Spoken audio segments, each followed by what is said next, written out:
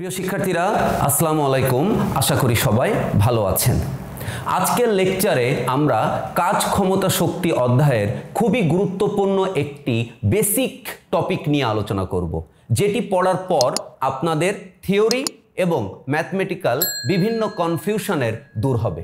প্রিয় শিক্ষার্থীরা, পুরোটা ক্লাস জুড়ে অবশ্যই আপনারা ফিজিক্স ল্যাবের সাথেই থাকবেন। আমাদের আজকের ক্লাসের যে টপিক, সেই টপিকটা হলো অভিকর্ষজ বিভব শক্তি পথের উপর নির্ভর করে না। আমরা যখন বিভব শক্তি পড়েছিলাম তখন অভিকর্ষজ বিভব শক্তি ইপি ইকুয়াল টু আমরা mgh এটা প্রমাণ করেছিলাম। প্রিয় শিক্ষার্থীরা, আমরা যখন কোনো একটি বস্তুকে পৃথিবীর পৃষ্ঠ থেকে অভিকর্ষ বলের বিরুদ্ধে h মিটার উচ্চতায় উঠিয়েছিলাম তখন ওই বস্তুটির ভেতরে একটি যান্ত্রিক শক্তি সৃষ্টি হয়েছিল, যেটাকে আমরা বিভব শক্তি বলে থাকি। ঠিক আছে, এই বিভব শক্তি ইপি এটি মূলত এখানে এইচ এর উপর নির্ভর করত। আর আমরা এখানে জেনেছিলাম এইচ সবসময় ভূমি থেকে হিসাব করতে হয়। আমরা যদি একটু চিত্রটা চিন্তা করি তাহলে আমরা ভাবলাম এটি একটি ভূমি। ওকে, আমরা কোনো একটি বস্তুকে, অর্থাৎ এখানে একটি বস্তু আছে, আমরা সেটা কল্পনা করলাম, আমরা এই বস্তুটাকে বল প্রয়োগ করে উপরে নিয়ে গেলাম। ঠিক আছে, তাহলে বস্তুটা প্রথমে এ অবস্থানে ছিল, অর্থাৎ ভূমিতে ছিল, বস্তুটাকে বল প্রয়োগ করে h মিটার উচ্চতায় আমি বি অবস্থানে উঠালাম। এই যে বস্তুটা আমরা কনসিডার করেছি, আমরা ধরে নিলাম ওই বস্তুটার ভর m। এখন প্রিয় শিক্ষার্থীরা, এই যে h উচ্চতায় আমি উঠালাম, ইপি এর ভেতরে কতটুকু শক্তি জমা হলো সেই বিভব শক্তির পরিমাণ আসলে এই h এর উপর নির্ভর করবে। কিন্তু এখানে গুরুত্বপূর্ণ একটি প্রশ্ন ছিল, সেই প্রশ্নটা হলো, আমি এই যে h উচ্চতায় উঠালাম এটি তো আমি আরো ভিন্ন ভিন্ন পথে উঠাতে পারতাম, কিন্তু আমরা বলেছি যে h সবসময় ভূমি থেকে হিসাব করতে হয়, আর কোন পথে ওই বস্তুটাকে আমি বি অবস্থানে নিয়ে যাচ্ছি এটি কোনো ব্যাপারই নয়। অর্থাৎ আমি যে পথেই নিয়ে যাই না কেন আমরা সরাসরি ওই এইচটা হিসাব করব। এটাই আমাদের কনসেপ্ট ছিল।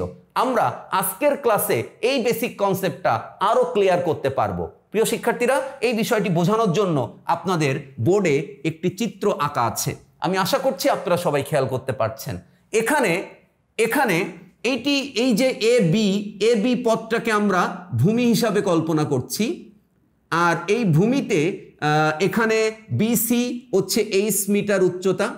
ঠিক আছে, আর এই এই এসিটা হচ্ছে হেলানো একটি তল। তার মানে ভূমির সাথে একটি তল ভাবে একটি তল তৈরি করা হয়েছে, যেটা ভূমির সাথে থিটা কোণে আছে। প্রিয় শিক্ষার্থীরা, আমরা এম ভরের একটি বস্তুকে কনসিডার করেছি, যে বস্তুটি এ অবস্থানে আছে। আমরা এই বস্তুটির উপরে আমরা দুটি বলের কথা চিন্তা করছি।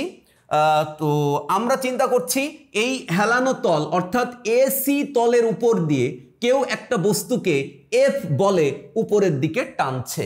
Okay fine. আর এই বস্তুটির ওজনজনিত বল অর্থাৎ W ইকুয়াল টু mg সেটি এই তলের সাথে লম্বভাবে নিচের দিকে কাজ করছে।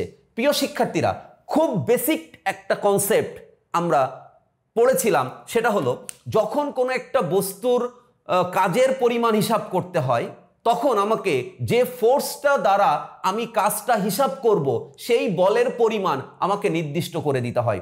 আজকে আমরা যে অভিকর্ষজ বিভব শক্তি পথের উপর নির্ভর করে না, এটা আমরা এই ডাব্লু পরিমাণ বল দিয়ে কাজ দ্বারা হিসাব করব, হিসাব করে ম্যাথমেটিক্যালি এটা আমরা প্রমাণ করব।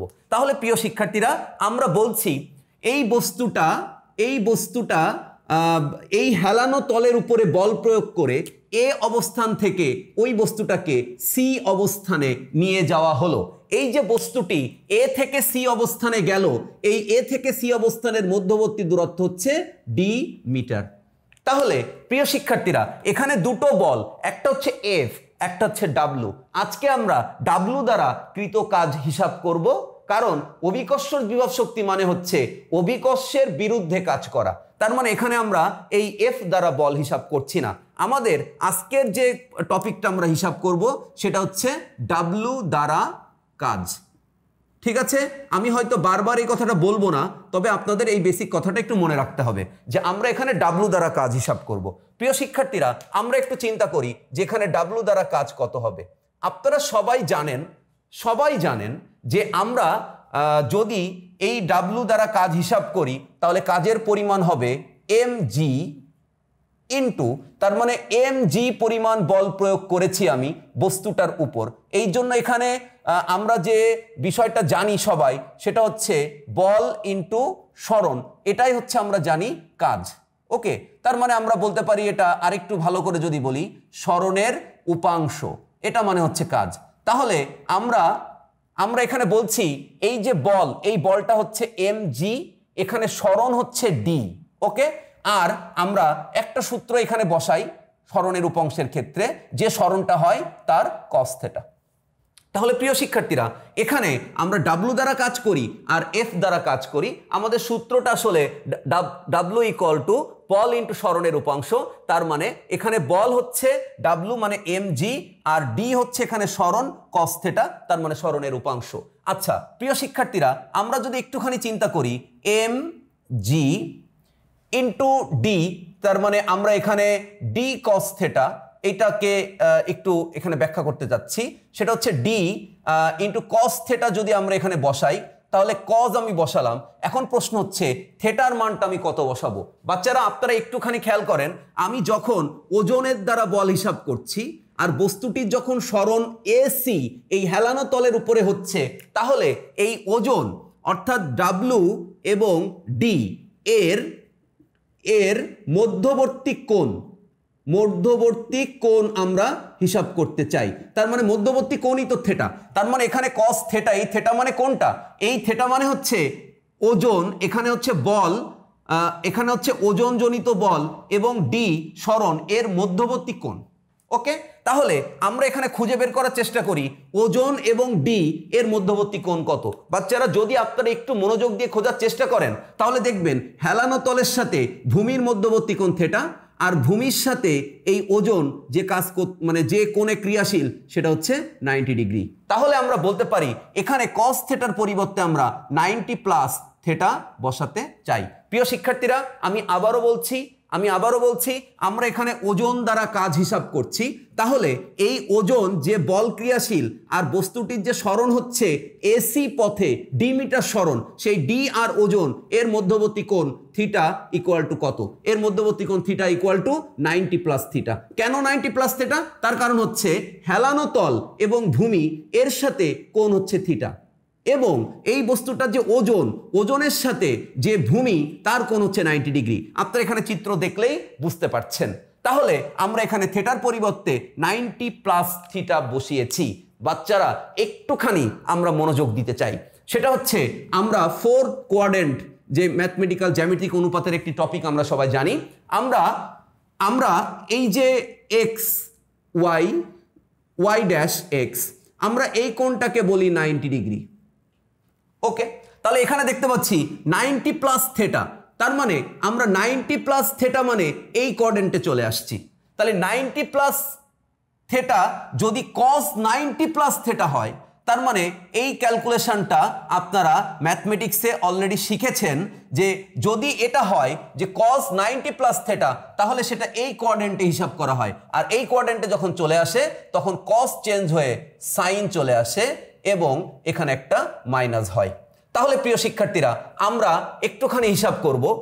cos 90 প্লাস থিটা যখন হয় তখন cos চেঞ্জ হয়ে সাইন আসে, আর এই অক্ষে cos তো ঋণাত্মক, সেই জন্য এখানে মাইনাস চিহ্ন বসে গেছে। তাহলে প্রিয় শিক্ষার্থীরা, আমরা এখানে দেখতে পাচ্ছি mg d সাইন থিটা।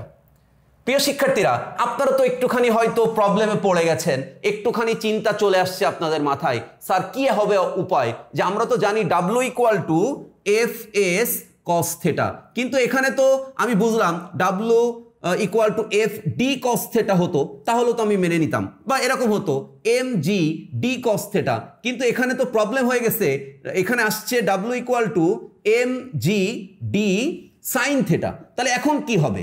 এখন এটা আমরা কিভাবে হিসাব করব? প্রিয় শিক্ষার্থীরা, আমরা এই যে চিত্রটা এখানে আঁকা আছে, এই চিত্র থেকে এটার প্রবলেমটা সলভ করে ফেলতে পারবো। আমরা একটুখানি চিন্তা করে দেখি সাইন থিটা মানে কি।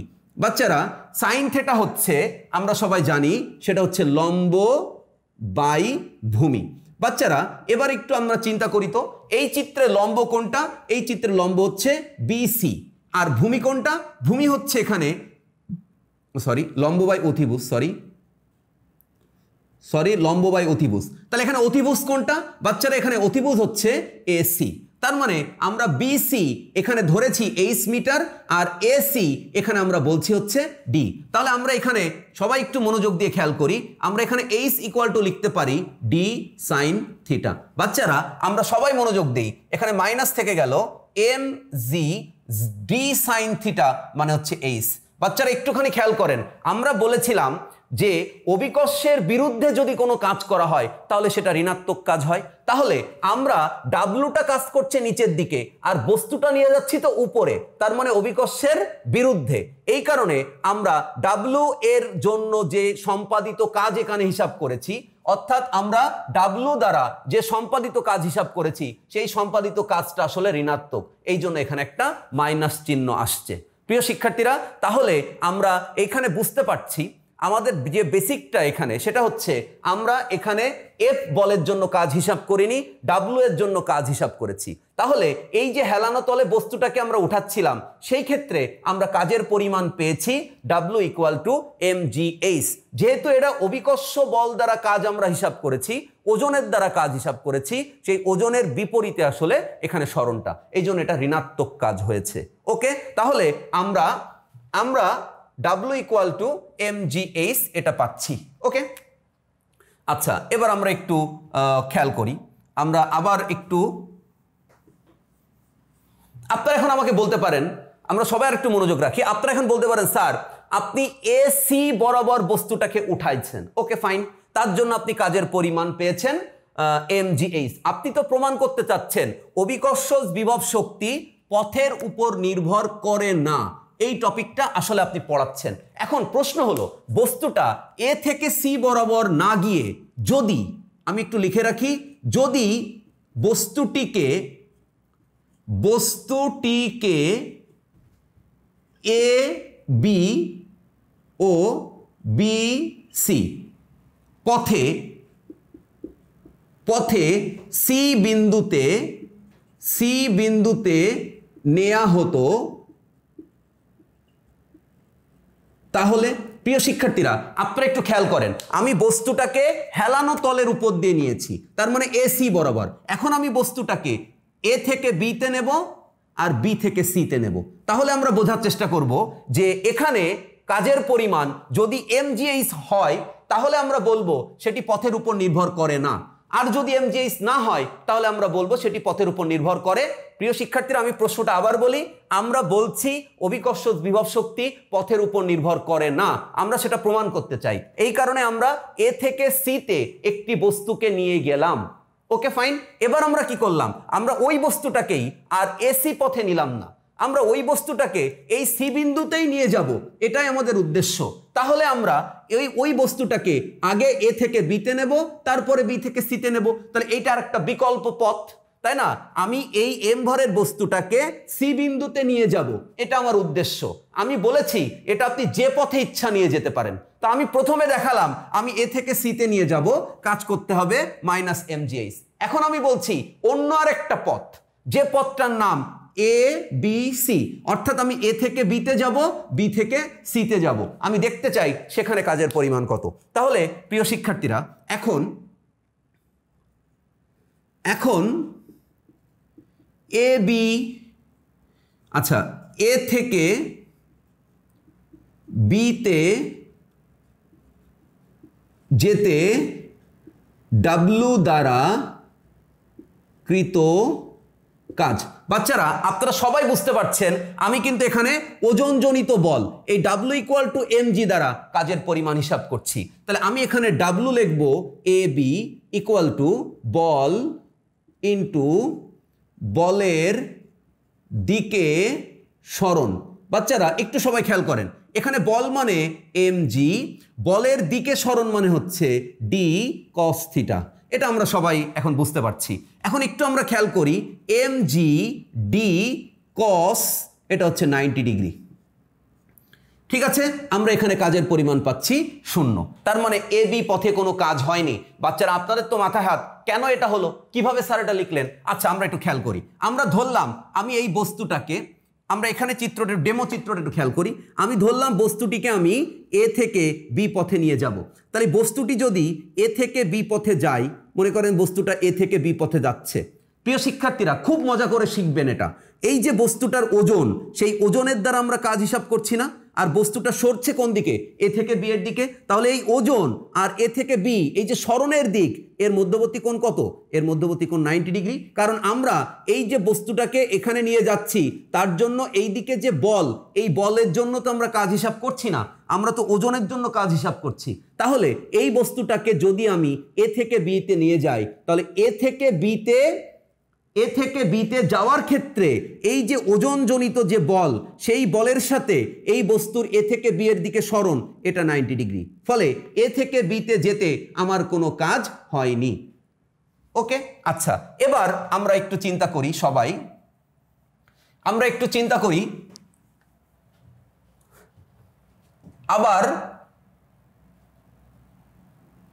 আবার যদি বি থেকে সিতে যেতে, তাহলে প্রিয় শিক্ষার্থীরা এটা ডাব্লু বি থেকে সি। ওকে, এটার সূত্র হচ্ছে বল ইন্টু সরণ। তাহলে বল মানে হচ্ছে mg, এইটা টোটালটা হচ্ছে বল। সরণ মানে হচ্ছে এখানে বি থেকে সি, সরণ মানে হচ্ছে এইচ ইন্টু সূত্র হচ্ছে cos থিটা। তাহলে প্রিয় শিক্ষার্থীরা mg এইচ, আমরা একটু চিন্তা করি তো, এইচ তো এইচে থেকে গেল, এখানে cos কত বাচ্চারা? এখানে cos দেখেন 180 ডিগ্রি। তার মানে আমরা এখানে বলতে পারি cos 180 mg এইচ, এটা হচ্ছে -1। তাহলে আমরা এখানে পাবো হচ্ছে -mgh। আচ্ছা প্রিয় শিক্ষার্থীরা, আপনারা হয়তো অবাক হচ্ছেন, স্যার এখানে cos থিটা অর্থাৎ থিটার পরিমাণ 180 কেন বসাবে? 180 বসানো যাবে না। এখন আমরা তাহলে কত বসাবো? বাচ্চারা সবাই খেয়াল করেন, আমি বস্তুটাকে এ থেকে বিতে নিয়ে আসলাম, বি থেকে যখন আমি সিতে নিয়ে যাব, আমি বস্তুটাকে নিয়ে যাব এইদিকে, আমার এইচ এইদিকে, কিন্তু আমি কোন বলের জন্য কাজটা করছি? ডাব্লু এর জন্য কাজটা করছি না? তাহলে এই যে ডাব্লু নিচের দিকে ক্রিয়াশীল আর বস্তুর সরণ খাড়া উপরের দিকে, তাহলে এইচ আর ডাব্লু এর মধ্যবর্তী কোণ, দেখেন তো এটা সরল লেখা কিনা, এর মধ্যবর্তী কোণ 180 ডিগ্রি হয় নাকি হয় না? বাচ্চারা একটুখানি চিন্তা করেন, আমি বলেছিলাম অভিকর্ষ বিভব শক্তি পথের উপর নির্ভর করে না, তাই আমি একটা চিত্র এঁকে রেখেছিলাম। সেই চিত্র থেকে আমি বোঝাতে চাই যে আপনাদের পথের এই অভিকর্ষ বিভব শক্তি ইপি পথের উপর নির্ভর করে না। আমি প্রথমে কি করলাম, এই বস্তুটাকে এ সি পথে আমি নিয়ে গেলাম সি বিন্দুতে। আমি সি বিন্দুতে নিয়ে যাওয়ার ক্ষেত্রে সেখানে কাজ পেয়েছি mgh, তবে এখানে এটা ঋণাত্মক আছে, ভয় পাওয়ার কোনো কারণ নাই, কারণ এটা ঋণাত্মক কাজ, অভিকর্ষের বিরুদ্ধে ডাব্লু এর জন্য কৃত কাজ। ওকে, আচ্ছা এবার আপনারা বললেন স্যার এ সি পথে আর সিতে যাওয়া যাবে না, তাহলে কোন পথে যাব? আপনারা বললেন স্যার এ থেকে বিতে যান, বি থেকে সিতে যান। তাই করেছি আমরা এ থেকে যখন বিতে গেছি, তখন ডাব্লুর জন্য কৃত কাজ সেটা হচ্ছে ডাব্লু এ বি, মানে এ থেকে বিতে বল ইন্টু বলের দিকে সরণ, তার মানে mg d cos theta, d মানে আমরা এখানে সরণ বলছিলাম, তাহলে আমরা এখানে mg d cos 90, কারণ আমি এখানেও ছবিটা দেখেন এঁকে রেখেছি, ডাব্লু সরণের সাথে অর্থাৎ এ বি এর সাথে 90 ডিগ্রি কোণে আছে, তাহলে এখানে পাচ্ছি 0। এবং প্রিয় শিক্ষার্থীরা, যদি আমি বি থেকে সি হিসাব করি, তাহলেও বি থেকে সিতে যেতে ডাব্লু দ্বারা কৃত কাজ, তাহলে ডাব্লু বিসি পথে কাজ mg, এখানে উচ্চতা আসলে এইচ, তাই আমরা এইচ বসিয়েছি, অর্থাৎ বি থেকে সি আমরা আগেও এইচ ধরেছিলাম।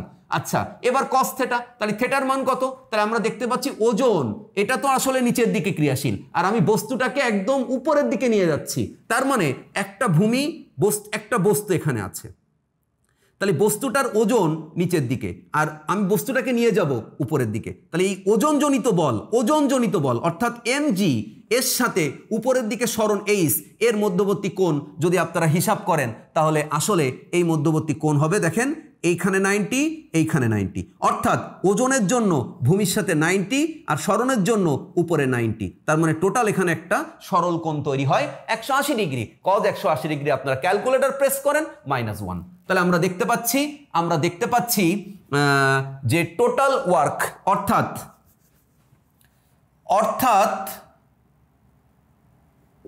মোট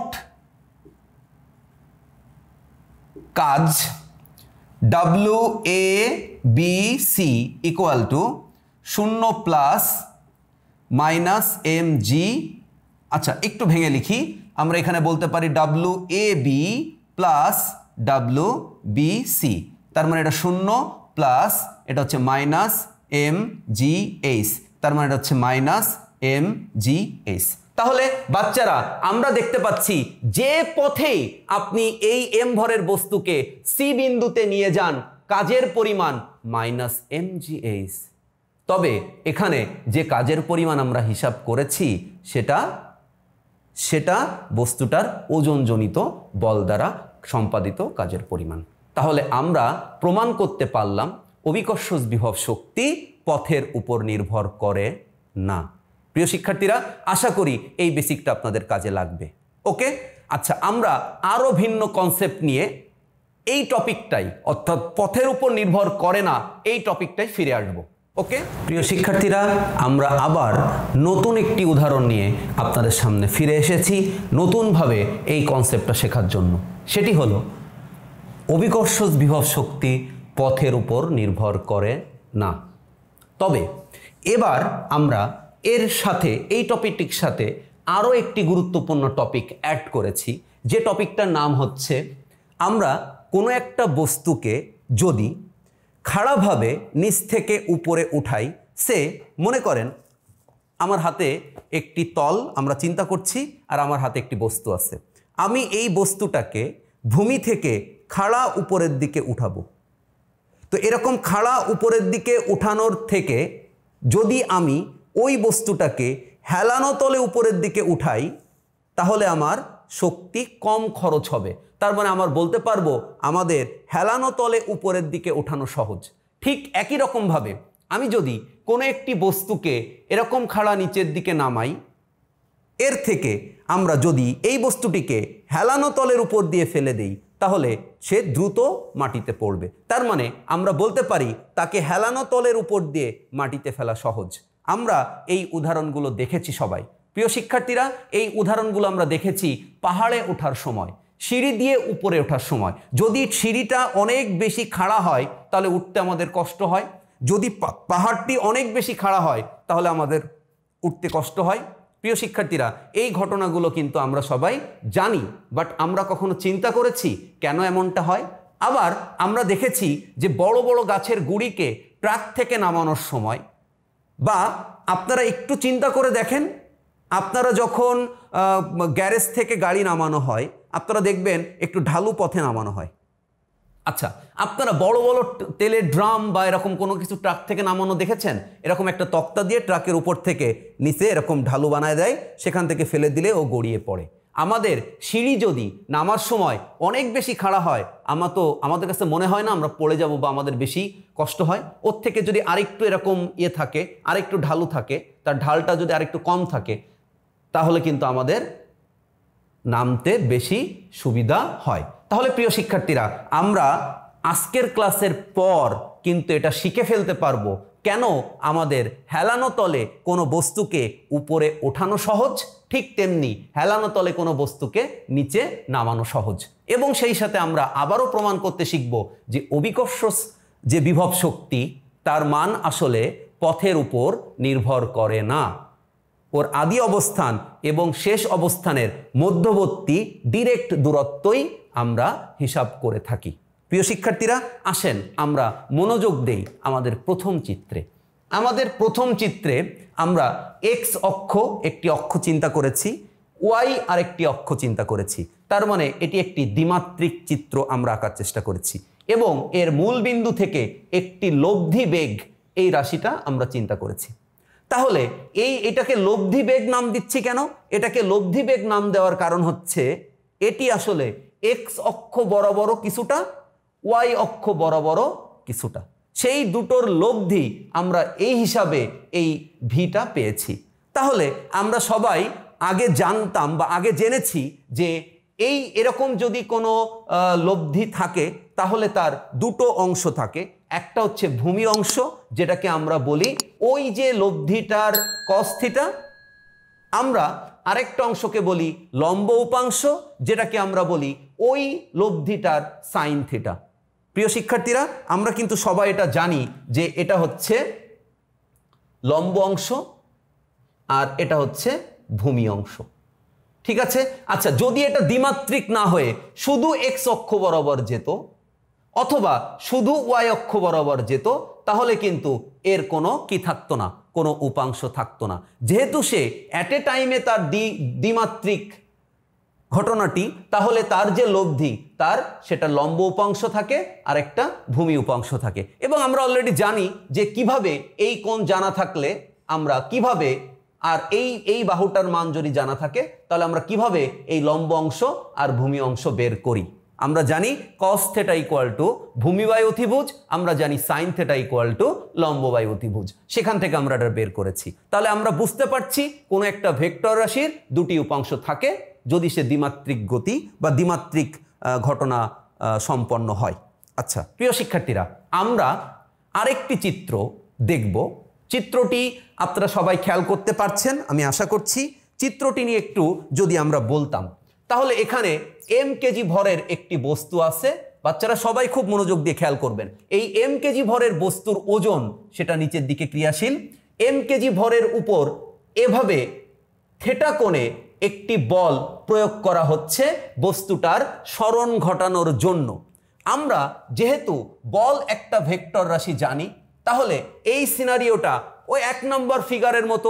তার মানে আমরা বলতে পারি এটা এক্স, এটা ওয়াই, আর বলটি এই এক্স এর সাথে থিটা কোণে ক্রিয়াশীল। তার মানে বল একটা ভেক্টর রাশি, তাহলে এই বলের দুটো উপাংশ থাকবে। সেই দুটো উপাংশ কি কি আমরা দেখতে পাচ্ছি, একটা হচ্ছে cos থিটা, কার সেটা হচ্ছে এই লব্ধি বলের। তাহলে এফ cos থিটা এটা কি ভূমিকা পালন করছে, এই বস্তুটাকে এ থেকে বি তে সরানোর জন্য কাজে লাগছে। আমরা লিখেছি 1 নম্বর point, F S cos theta প্রযুক্ত বলের ভূমি উপাংশ সরণের জন্য কাজে লাগে। তাহলে এই ঘটনায় এফ cos থিটা যে ভূমি উপাংশটা, কারণ এখানেও কিন্তু এটা দ্বিমাত্রিক ঘটনা আমরা দেখতে পাচ্ছি, তাই না, এক্স অক্ষ ওয়াই অক্ষ। ওকে, তাহলে এই যে বল ভেক্টর রাশি তার দুটো উপাংশে সে তো বিভক্ত হবেই, F cos theta F sin theta. আমরা এখানে বোঝানোর চেষ্টা করছি এখানে এফ cos থিটা কি কাজ করেছে আর এখানে এফ sin থিটা কি কাজ করেছে। ওকে ফাইন, তাহলে আমরা দেখতে পাচ্ছি এফ cos থিটা ওই বস্তুটা সরণের জন্য কাজে লেগেছে। ওকে ফাইন, এবার খেয়াল করেন এর যে আরেকটা উপাংশ এফ sin থিটা, তার কাজটা কি খেয়াল করেন, সেটা হচ্ছে লম্ব উপাংশ। আমরা লিখেছি এফ sin থিটা প্রযুক্ত বলের লম্ব উপাংশ। এই উপাংশ কি করে, ওজন বলের প্রভাব কমিয়ে দেয়। তার মানে আপনারা একটুখানি চিন্তা করেন, এই বস্তুটার একটা ওজন নিচের দিকে আছে, তাহলে এই বস্তুটাকে সে নিচের দিকে টানছে, আর আমি বাহ্যিকভাবে বল প্রযুক্ত করছি ওই বস্তুটাকে সরাবো বলে। তার মানে এর ওজন সরাতে দিবে না, আর এই এফ এটাকে সরাতে চায়। তাহলে আমাকে এই mg যে ওজনটা আছে এই ওজনের বিপরীতে এই লম্বটা কাজ করছে, এই বলের লম্ব উপাংশটা। তাহলে দেখেন এই লম্ব উপাংশটার দিক কিন্তু উপরের দিকে আর ওজনটার দিক কিন্তু নিচের দিকে। তাহলে এই যে f sin থিটা আর mg পরস্পর বিপরীত দিকে হওয়ার কারণে এখানে ওজনটা কিছুটা প্রশমিত হচ্ছে, ঠিক আছে, যে কারণে বাকি অংশটা f cos থিটা তাকে a থেকে b এর দিকে সরাতে পারছে।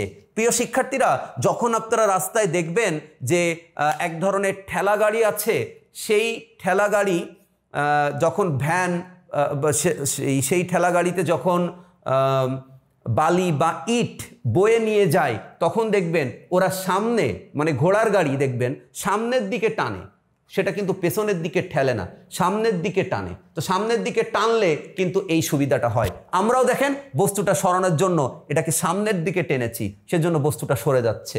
লাভ হলো কি? লাভ হলো আমি এভাবে টানার কারণে আমার এফ সাইন থিটা অংশটা ওজনকে কমিয়ে দিচ্ছে, আমার সামনের দিকে তাকে সরাতে আমার উপকার হচ্ছে বা আমার জন্য সেটা সহজ হচ্ছে। ওকে প্রিয় শিক্ষার্থীরা, আমরা এবার আমরা যে বিষয়টি পড়ার চেষ্টা করব সেটা হচ্ছে আমাদের থার্ড ফিগার। ওকে, আমরা একটু মনোযোগ সহকারে খেয়াল করার চেষ্টা করি। তাহলে একটুখানি বলে আসি, আমি প্রথম এবং সেকেন্ড, অর্থাৎ এটা হচ্ছে ফিগার 1 আর এটা হচ্ছে ফিগার 2। তাহলে ফিগার 1 আর ফিগার 2 এখান থেকে আমি কি শিখলাম? ফিগার 1 এবং ফিগার 2 থেকে আমি যে বিষয়টি শেখার চেষ্টা করেছি প্রিয় শিক্ষার্থীরা, সেটা হলো যে একটি ভেক্টর রাশির দুটো উপাংশ থাকে এবং আমরা দেখেছি যখন আমি কোনো একটা বস্তুকে সরানোর জন্য সামনের দিকে থিটা কোণে ওটার উপর বল প্রয়োগ করি, সেই বল দুটো উপাংশে বিভক্ত হয়। একটা তার সরণের জন্য কাজে লাগে আর একটা তার ওজনকে প্রশমিত করে, যে জন্য আমার সামনের দিকে টানার ক্ষেত্রে বস্তুটার গতির বা সরণের জন্য সহজ হয় আমাদের কাজটা। ওকে, আমরা এবার 3 নম্বর ফিগারে ফিরে আসবো। বাচ্চারা সবাই একটু খেয়াল করার চেষ্টা করব। আমরা এখানে ফিগার 3, আমরা 3 নম্বর যে চিত্রটা চিন্তা করছি, সেই চিত্রে আমরা দেখতে পাচ্ছি একটি সমতল ভূমিতে একটি বস্তু রাখা আছে। এই বস্তুটার ভর হচ্ছে m। তাহলে এই বস্তুটার নিচের দিকে একটি ওজনজনিত বল কাজ করছে। ওকে, আর এই বস্তুটার উপর এই তলের অর্থাৎ সমতল ভূমির একটি প্রতিক্রিয়া বল আছে যেটা আর। এই প্রতিক্রিয়া বল আর এই ওজন বল এখানে কাটাকাটি হয়ে যাচ্ছে, ফলে বস্তুটা সমতলে থাকার কারণে এর ওজন দ্বারা কোনো কাজই হচ্ছে না। Okay fine. আচ্ছা, এবার ফিগার 4। বাচ্চারা একটু চিন্তা করি, এই ফিগার 4 একটা হেলানো তল। আমরা এখানে কি দেখছি এই কনসেপ্টটা আপনাদের একটু বোঝা দরকার। খেয়াল করেন সবাই মনোযোগ দিয়ে। আমরা দেখছি একটি সমতলের সাথে BCH উচ্চতার কোনো একটা, এদিকে কোনো একটা বল আছে বা কোনো একটা খুঁটি বা কোনো কিছু একটা দেওয়াল আছে, সেই দেওয়ালের সাথে আমরা একটি হেলানো তল চিন্তা করেছি। যদি আপনারা একটুখানি আমার এই প্র্যাকটিক্যাল ব্যাপারটার দিকে খেয়াল করেন তাহলে আপনারা বুঝতে পারবেন ব্যাপারটা ঠিক এমন। তার মানে আমরা এখানে একটা সমতল ভূমি এটা, আর আমার এটা একটা সমতল। তাহলে আমরা এভাবে একটি হেলানো তল চিন্তা করছি। ওকে, আচ্ছা প্রিয় শিক্ষার্থীরা, আমরা প্রথমে যে অংশটা আপনাদের পড়িয়েছিলাম, অর্থাৎ যেখানে আমি আপনাদেরকে বললাম পথের উপর নির্ভর করে না, সেখানে আমরা বলেছিলাম আমরা কোনো একটা বস্তুকে এই A অবস্থান থেকে C অবস্থানে নিয়ে যাব। ওকে, তাহলে A অবস্থান থেকে যদি বস্তুটাকে আমি C অবস্থানে নিয়ে যাই, ওকে, এবার আমরা চিন্তা করলাম এই বস্তুটাকে C অবস্থান থেকে মুক্তভাবে পড়তে দেব। তার মানে C তার মানে এই যে বস্তুটা, এই বস্তুটা বেসিক্যালি C অবস্থানে ছিল, এই বস্তুটা C অবস্থানে ছিল। আমি C অবস্থান থেকে বস্তুটিকে নিচের দিকে পড়তে দিয়েছি। আমি C অবস্থান থেকে বস্তুটিকে আবার A অবস্থানে ফেরত আনতে চাই। এই জন্য ঘর্ষণহীন এই AC তলের উপর দিয়ে বস্তুটাকে আমি নিচের দিকে নামতে দিয়েছি। বিষয়টি যদি আপনারা একটুখানি খেয়াল করেন তাহলে আপনারা বুঝতে পারবেন আমার এই উদাহরণটা থেকে। প্রিয় শিক্ষার্থীরা, আমি এখানে একটি বস্তুকে রেখেছি। এখন আমি এই বস্তুটাকে যদি মুক্তভাবে পড়তে দেই, আপনারা খেয়াল করতে পারছেন এই তলটা হেলানোর কারণে বস্তুটি নিচের দিকে মুক্তভাবে পড়ছে। ওকে, তাহলে আমরা এখানেও ঠিক একই রকমভাবে দেখতে পাচ্ছি C অবস্থান থেকে আমি বস্তুটাকে মুক্তভাবে নিচের দিকে পড়তে দিয়েছি। এখন এই বস্তুটা A অবস্থানে এসে পৌঁছানোর আগে কোনো একটা মুহূর্তে এই অবস্থানে ছিল। Okay fine. এখন আমার প্রশ্ন হচ্ছে, আমি কিন্তু এই বস্তুটাকে নিচের দিকে পড়তে দেব বলে বাহ্যিকভাবে কোনো বল প্রয়োগ করিনি। তার মানে আমার প্রয়োগকৃত বাহ্যিক বল এখানে শূন্য। আমার প্রশ্ন হলো, তাহলে বস্তুটি C অবস্থান থেকে A অবস্থানে পৌঁছানোর জন্য গতিশীল হলো কিভাবে, বা তার এই গতির জন্য কে দায়ী? আমরা জানি বল প্রয়োগ না করলে কোনো বস্তু গতিশীল হতে পারবে না। তাহলে C থেকে যখন তাকে আমি মুক্তভাবে পড়তে দিয়েছি, তাহলে কোন বলের কারণে সে নিচের দিকে পড়ছে? আমরা কিন্তু অলরেডি আইডিয়া করে ফেলেছি যে আমরা যখন কোনো বস্তুকে উপর থেকে ছেড়ে দিই তাহলে সে অভিকর্ষ বল বা ওজনজনিত বলের কারণে কারণে নিচের দিকে পড়ে, এটা আমরা সবাই জানি। তাহলে আমরা বুঝতে পারছি এখানে বাহ্যিক বল শূন্য হলেও কোনো কিছু যায় আসে না, আমাদের তো ওজনজনিত বল আছেই, তাহলে সেই বলে বস্তুটি নিচের দিকে পড়বে। আমরা সেরকম একটা মুহূর্তে এই অবস্থানে বস্তুটি আছে এরকম একটা চিন্তা করছি। ওকে, তাহলে প্রিয় শিক্ষার্থীরা আমরা বোঝার চেষ্টা করব বস্তুটার ওজন নিচের দিকে ক্রিয়াশীল, তবে বস্তুটার ওজন নিচের দিকে এরকম লম্বলম্বীভাবে ক্রিয়াশীল থাকে কখন, যখন সেটা সমতল ভূমিতে থাকে। ওকে, এবার আপনারা চিন্তা করেন এখন তো সমতল নেই, এখন তলটা কেমন, এখন তলটা হচ্ছে হেলানো। ওকে, আমরা প্রথমে বোঝার চেষ্টা করব এই হেলানো তলে কার জন্য বস্তুটা পড়ছে, কে এই বস্তুটা ফেলানোর জন্য দায়ী, সেটা হচ্ছে mg বা তার ওজনজনিত বল। এখন প্রশ্ন হলো যখন ওজন একটি ভেক্টর রাশি, ওজন একটি ভেক্টর রাশি, তাহলে আমরা দেখতে পাচ্ছি যখন সমতল ছিল তখন এই ওজন কিন্তু একমাত্রিক ছিল এই বলটা, কিন্তু এখন হেলানো তল বলে আপনারা চিন্তা করেন এটা কিন্তু দ্বিমাত্রিক হয়ে গেছে।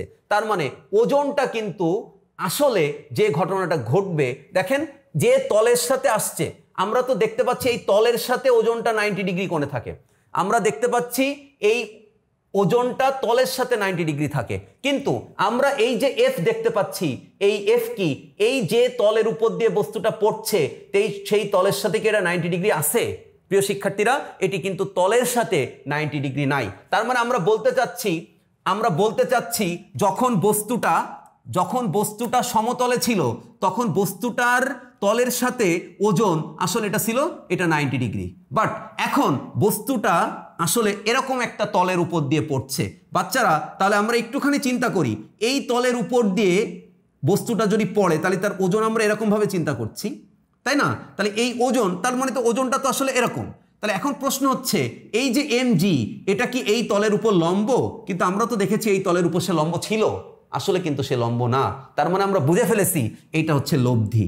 তার মানে এই যে ওজনজনিত বল, এই ওজনজনিত বল দুটি উপাংশে ভাগ হয়ে গেছে, একটা উপাংশ হচ্ছে এরকম আর একটা উপাংশ হচ্ছে এরকম।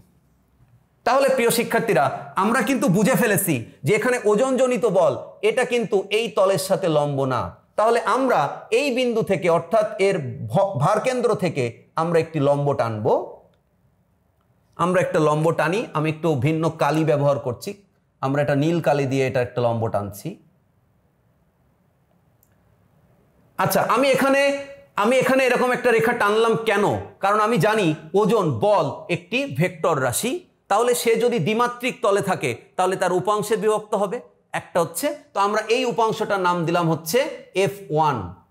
ওকে, আচ্ছা তাহলে আরেকটা উপাংশ কই? আমরা চিন্তা করলাম আরেকটা উপাংশ হচ্ছে, আমি লাল কালি দিয়ে আঁকাচ্ছি, আরেকটা উপাংশ হচ্ছে এই, আমরা যেটাকে বলছি F2। বাচ্চারা এখন আপনি আমাকে প্রশ্ন করতে পারেন, স্যার আপনি এই যে F1 আর F2 অন্য কোনো দিকে না এরকম ভাবে আঁকলেন কেন? খুবই সিম্পল, সবাই একটু মনোযোগ দিয়ে খেয়াল করেন। আমরা এখানে যে দুটো উপাংশ এঁকেছি, একটা হচ্ছে লম্ব আর একটা হচ্ছে ভূমি। বলেন তো আমরা এখানে কিভাবে এঁকেছি? আমরা একটা অংশ দেখেন ভূমি, সেটা হচ্ছে ভূমি সমান্তরাল, আর একটা দেখেন ভূমির উপর লম্ব। তাহলে আমরা এই বিন্দুতে যে ভেক্টরটা ভাগ হয়ে যাচ্ছে এফটা, সেই এফটা এই তলের সাথে একটা হবে লম্ব আর একটা হবে ওই তলের সাথে সমান্তরাল। প্রিয় শিক্ষার্থীরা আপনারা ফিগার 2 এটাতে খেয়াল করেন, এই বলটা একটা যে ভূমির সাথে থিটা কোণে আছে সেই ভূমির সমান্তরালে আরেকটা হচ্ছে সেই ভূমির সাথে লম্ব। এখানেও কিন্তু ঠিক আমি একই কাজ করেছি, একটা হচ্ছে ভূমির সাথে লম্ব আর একটা হচ্ছে সেই ভূমির সাথে সমান্তরাল, একটা হচ্ছে নাম দিয়েছি F1, একটা হচ্ছে নাম দিয়েছি F2। এই F1 আর F2 এই দুটো হচ্ছে এই F বা ওজনের উপাংশ। তাহলে F1 কি? F1 ও F2 হলো mg বা ওজন এর উপাংশ। প্রিয় শিক্ষার্থীরা আশা করি আপনারা উপাংশটা বুঝতে পেরেছেন। ওকে, এবার আমরা এখানে একটুখানি চিন্তা করি, আমরা এখানে দেখতে পাচ্ছি এখানে একটা কোণ উৎপন্ন হয়েছে, এই কোণ। প্রিয় শিক্ষার্থীরা এই কোণটা যদি আমরা চিনতে পারি বা এই কোণটা যদি আমরা জানতে পারি, এই কোণটা যদি আমরা চিনতে পারি বা এই কোণটা যদি আমরা জানতে পারি, তাহলে আমরা বলতে পারবো এই F1 এর মান কত আর এই F2 এর মান কত। এবং আমরা বলতে পারবো আমরা কিন্তু এখনো বলিনি F1 ভূমি না F2 ভূমি, বা F1 লম্ব না F2 ভূমি, এটা আমরা বলতে পারছি না। এটা আমরা বলতে পারবো কখন? যখন আমরা এই কোণটা কত, এই কোণটা আমরা নির্ণয় করব। প্রিয় শিক্ষার্থীরা, এই কোণটা যদি আপনি না চিন্তা করে এই কোণটা চিন্তা করেন, তাহলে কি আপনি বলতে পারবেন এটা লম্ব? তখন আপনাকে বলতে হবে এটা ভূমি, আর এটা বলতে হবে লম্ব। ঠিক তেমনি আমরা যদি এই কোণটা না জানি এই কোণটা কত, তাহলে আমরা বলতে পারবো না এই F1 ভূমি নাকি এই F2 লম্ব, কোনটা আমরা বলতে পারবো না। তাহলে আমাদের প্রথম কাজ হচ্ছে এই কোণটা কত এটা একটু চিন্তা করা। প্রিয় শিক্ষার্থীরা, আশা করি আপনারা এই খুব গুরুত্বপূর্ণ কনসেপ্টটা বা বেসিক ব্যাপারটা বোঝার চেষ্টা করছেন। তাহলে আমরা একটু মুছে দেই বাকি অংশগুলো, আমরা এখানে সেই বিষয়টা একটু বোঝার চেষ্টা করি। আমরা এখন এই কোণটা কত, এই কোণটা একটু বোঝার চেষ্টা করব। সবাই মনোযোগ দিয়ে খেয়াল করেন। আমরা যে বড় ত্রিভুজটার কথা চিন্তা করছি, আপনারা একটু খেয়াল করেন, যে বড় ত্রিভুজটার কথা চিন্তা করছি, এই কোণটা থিটা, এই কোণটা 90 ডিগ্রি, আর এই কোণটা হচ্ছে 90 মাইনাস থিটা। ওকে, তার মানে আমরা বলতে পারি যে এই তিন কোণের সমষ্টি বেসিক্যালি হবে হচ্ছে 180 ডিগ্রি। ওকে, আচ্ছা, তাহলে এখন আমরা বলছি এইখানে একটা বস্তু ছিল, আপনারা সবাই একটু চিন্তা করেন। তাহলে এই বিন্দু থেকে আমরা এখানে এরকমভাবে একটা ত্রিভুজ চিন্তা করেছি। প্রিয় শিক্ষার্থীরা, যদি আমরা এই মজাটা, গণিতের মজাটা এখানে নিতে চাই, তাহলে একটুখানি কাজ করতে হবে আমার। সেটা হচ্ছে আমি এই যে লাল F2, এই F2কে আমি এইখানে এই F এর সমান্তরাল করে আমি এখানে এটাকে ব্যবহার করব। প্রিয় শিক্ষার্থীরা, এটা কিন্তু খুব ইজি, জ্যামিতিতে এরকম করা যায়। তার মানে এইটা সমান এবং সমান্তরাল, তার মানে এই যে লাল যেটা আমি এখানে এঁকেছি এটা আসলে F2, আর এই নীল এটা হচ্ছে F1, আর এই F2 আর এই F2 দেখেন সমান এবং সমান্তরাল। ওকে, আমরা নির্ণয় করতে চাই এই কোণের পরিমাণ কত। প্রিয় শিক্ষার্থীরা, আমরা দেখেছি যদি এরকম দুটি বাহু সমান্তরাল থাকে আর যদি এদের একটা ছেদক থাকে, তাহলে এই কোণ আর এই কোণ পরস্পর সমান হয়। ওকে, আচ্ছা, তাহলে এবার আপনারা একটু খেয়াল করেন, আমরা যদি এইটুক কোণ চিন্তা করতাম, শুধু একটুখানি মনোযোগ দেন, এইটুক কোণ চিন্তা করতাম, তার মানে আমরা এই যে তলটা চিন্তা করছি, তাহলে এখানে তো আমরা জানি এই কোণটা হচ্ছে 90 মাইনাস থিটা। ওকে, তাহলে আমি এর উপরে এই মনে করেন এটা সেই বস্তু, আমি একটু বড় করে মানে একটু জুম করে চিত্রটা এখানে বোঝানোর চেষ্টা করছি। মনে করেন তাহলে এখানে একটা ত্রিভুজ আছে কিনা, তাহলে আপনারা একটুখানি চিন্তা করেন তো ঘটনাটা কি ঘটলো। ঘটনাটা এরকম একটা ঘটনা ঘটেছিল যে এইখানে একটা কোণ আছে।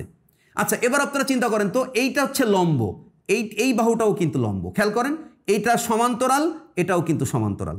আর আপনারা একটু চিন্তা করেন এই বাহুটা হচ্ছে তাদের ছেদক। তাহলে প্রিয় শিক্ষার্থীরা, একটু আগে আমরা বললাম যদি দুটি সমান্তরাল বাহু থাকে আর যদি তাদের একটা ছেদক থাকে, তাহলে এই কোণটা আর এই কোণটা একান্তর বলে সমান হয়। তাহলে প্রিয় শিক্ষার্থীরা, আমরা এই চিত্রে দেখতে পাচ্ছি এই বাহুটা আর এই বাহুটা সমান্তরাল এবং এ থেকে সি হচ্ছে তার ছেদক। তাই যদি হয় তাহলে এই কোণটার পরিমাণ হয়, এই কোণটার পরিমাণ হয় 90 ডিগ্রি। প্রিয় শিক্ষার্থীরা, 90 মাইনাস থিটা ডিগ্রি এই কোণটার পরিমাণ, কারণ এই কোণটা আর এই কোণটা সেক্ষেত্রে, এই কোণটার এই কোণটা সেক্ষেত্রে একান্তর এবং সমান হয়, এবং আপনারা দেখতে পাচ্ছেন এই কোণটা হচ্ছে 90 ডিগ্রি। ওকে, প্রিয় শিক্ষার্থীরা, আমি আবার একটু মনোযোগ দিয়ে আপনাদের শুনতে বলার চেষ্টা করছি। সেটা হচ্ছে এই ছোট ত্রিভুজটার এই যে বাহুটা, এই বাহু আর এই বাহু দেখেন সমান্তরাল, এবং এদের ভেতর দিয়ে এই AC এটা হচ্ছে তাদের ছেদক। তাহলে এই কোণ আর এই যে এই পাশের এই ছোট কোণ, এই কোণটা আসলে একান্তর এবং সমান। তাহলে সেটা হচ্ছে 90 মাইনাস থিটা, কারণ এই কোণটার পরিমাণও 90 মাইনাস থিটা। প্রিয় শিক্ষার্থীরা, এখন যদি আমরা চিন্তা করি তাহলে আমরা কিন্তু বুঝতে পারছি সবাই যে এই কোণটা তাহলে লম্ব, তার মানে এই কোণটা হচ্ছে 90 ডিগ্রি। তাহলে এই কোণটা কত আমি ধরে নিলাম, এই কোণটা হচ্ছে x। আমরা সবাই জানি বাচ্চারা, আমরা সবাই জানি একটি ত্রিভুজের, তার মানে আমি যদি ত্রিভুজটা একটু বড় করে আঁকাই তাহলে ত্রিভুজটা আসলে এরকম হয়। আমি যদি ত্রিভুজটা একটু বড় করে আঁকাই তাহলে ত্রিভুজটা খানিকটা দেখতে এরকম হয়। তো এরকম যদি হয় তাহলে আমরা দেখতে পাচ্ছি এই কোণটা হচ্ছে 90 মাইনাস থিটা, এই কোণটা হচ্ছে 90 আর এই কোণটা হচ্ছে এক্স। প্রিয় শিক্ষার্থীরা, আমরা সবাই জানি একটা ত্রিভুজের 3 কোণের সমষ্টি, তার মানে একটা কোণ এক্স, একটা কোণ 90 মাইনাস থেটা, আর একটা কোণ 90, তাহলে এই কোণের সমষ্টি এটা হয় 180 ডিগ্রি। প্রিয় শিক্ষার্থীরা, যদি আমি এখন এটা সিম্পলিফাই করি তাহলে এটা হয় এরকম plus 180 minus theta equal to 180। আমি 180 কোথায় পেয়েছি? একটি ত্রিভুজের 3 কোণের সমষ্টি 180 ডিগ্রি। বাচ্চারা একটু যদি চিন্তা করতাম তাহলে আমরা x equal to 180 minus 180 plus theta, এটা কাটাকাটি হয়ে গেল, তার মানে x ইকুয়াল টু থিটা। তাহলে বাচ্চারা আমরা একটুখানি চিন্তা করি যে এই যে কোণটা আমরা এখানে পেয়েছি এই কোণটাও কিন্তু থিটা। ওকে, আচ্ছা, তাহলে আমরা এখন বোঝার চেষ্টা করব আমরা এই চিত্র থেকে কি পেলাম। প্রিয় শিক্ষার্থীরা, আমরা ফিগার 4 থেকে কি পেলাম? আমরা ফিগার 4 থেকে পেলাম হচ্ছে F ইকুয়াল টু mg। এই mg হচ্ছে গতির কারণ। গতির কারণ মানে হচ্ছে এই c অবস্থান থেকে বস্তুটা নিচের দিকে পড়ার কারণ। আচ্ছা, F1 হলো F এর ভূমি উপাংশ। সেই ভূমি উপাংশ, এই ভূমি উপাংশের নাম কি? ভূমি উপাংশের নাম হচ্ছে F cos থিটা। আমি যদি আরেকটু সিম্পলিফাই করে লিখি তাহলে এটাকে আমরা লিখতে পারবো mg cos থিটা। আচ্ছা, আপনারা এখন আমাকে জিজ্ঞেস করবেন, পাগল হয়ে গেছেন আপনারা যে স্যার F cos থিটা হলো কেন, এই F1টা cos থিটা হলো কেন? এটা যদি আপনারা আমাকে জিজ্ঞাসা করেন তাহলে আমরা খুব সহজে বলতে পারি, কারণ কোণের সাথে যে সংলগ্ন বাহুটা আমরা চিন্তা করি সেটাই তো ভূমি, তাহলে এইটা হচ্ছে ভূমি। আর যে কোণটা আমরা বিবেচনা করছি সেই কোণের বিপরীত বাহু হচ্ছে লম্ব, তাহলে F2 ইকুয়াল টু F এর অর্থাৎ ওজনের এটা হচ্ছে তার লম্ব উপাংশ। তাহলে প্রিয় শিক্ষার্থীরা, আমরা চিন্তা করছি কি? আমরা চিন্তা করছি F sin থিটা, তার মানে এটা হচ্ছে আসলে mg s sin থিটা। তার মানে আমরা কিন্তু এখানে কমপ্লিটলি বুঝে গেছি, যখন একটা হেলানো তলের উপর দিয়ে কোনো বস্তু উপর থেকে নিচের দিকে নামে তখন ওই বস্তুটার যে ওজনজনিত বল ক্রিয়াশীল থাকে, এই নামার জন্য দায়ী থাকে, সেই ওজনজনিত বলটা আসলে তখন একটি দ্বিমাত্রিক অংশে কাজ করে। তার মানে তার দুটি উপাংশে বিভক্ত হয়, যার একটা F1 আমরা চিত্রের সাহায্যে বোঝাচ্ছি, যেটাকে F cos থিটা বলে। তাহলে এখানে F1 বাচ্চারা, তাহলে এই অংশটা, এই বাহুটা, সেটা হচ্ছে mg cos থিটা। ওকে, ফাইন। আর এই যে অংশটা F2, আপনারা এই যে লাল অংশটা বলেছিলেন F2, এই F2টা আসলে কি? mg sin theta. আশা করি আপনারা বিষয়টি বুঝতে পেরেছেন। তার মানে এবার আপনারা একটু খেয়াল করেন, এই থিটা হচ্ছে বিবেচনাধীন কোণ, এই কোণের সংলগ্ন বাহু ভূমি। তাহলে ভূমি মানে হচ্ছে যে F এর cos থিটা, F মানে mg, তাই আমরা এখানে লিখেছি mg cos থিটা। আর এই যে বলের যে লম্ব উপাংশ সেটা হচ্ছে F sin থিটা। F মানে হচ্ছে mg, তার মানে হচ্ছে mg sin থিটা। প্রিয় শিক্ষার্থীরা, এবার আমরা যে কাজটা করব সেটা হচ্ছে আমরা এখন বোঝার চেষ্টা করব এই F1 এর কাজ কি। এই F1 এর কাজ হচ্ছে আর প্রতিক্রিয়া